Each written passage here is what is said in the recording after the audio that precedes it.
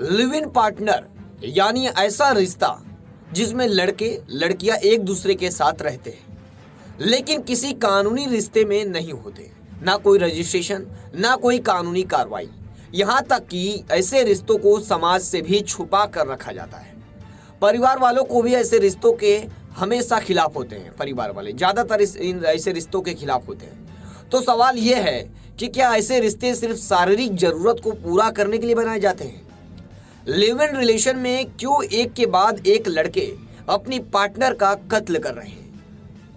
पहला उदाहरण आपको बता दें, दिल्ली में हुए निक्की यादव हत्याकांड। निक्की यादव का कत्ल से पूरी दिल्ली दहल गई है। साहिल गहलोत ने अपने लिव इन पार्टनर की अपनी कार के अंदर गला दबाकर जान ले ली। चार्जर के वायर से उसने अपनी गर्लफ्रेंड की हत्या की। वजह थी साहिल की शादी। 10 फरवरी को ही साहिल की शादी थी और शादी की पहली रात उसने अपनी लिव इन पार्टनर की हत्या की और फिर उसकी डेड बॉडी को अपने ही ढाबे के फ्रिज में रख दिया। उसके बाद साहिल ने अगले दिन धूमधाम से शादी कर ली।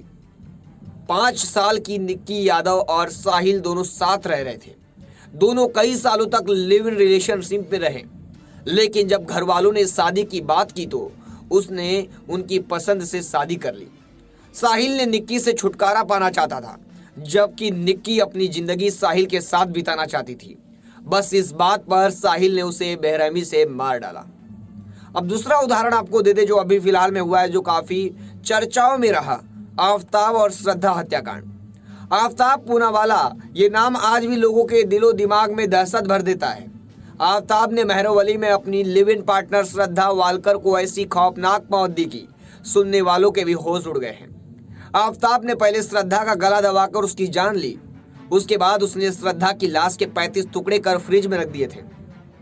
लाश के टुकड़ों को वो एक एक कर महरौली के जंगल में फेंकता रहा।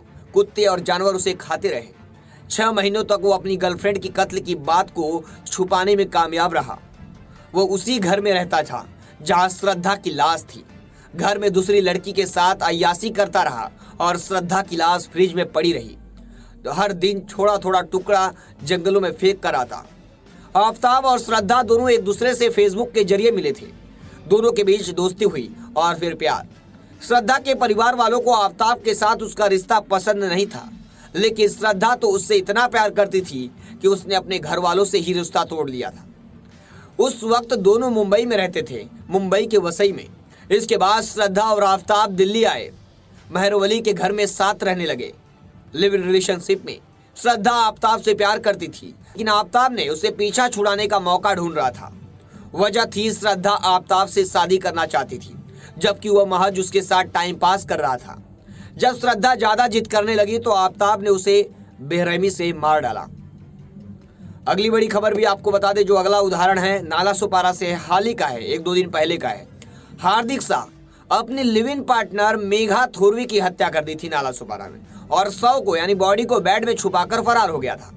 कुछ दिन बाद जब घर में पड़ोसियों को बदबू आने लगी तो पता चला कि घर के अंदर लड़की की लाश पड़ी है। मेघा के अस्पताल में नर्स थी। मेघा नर्स का काम करती थी।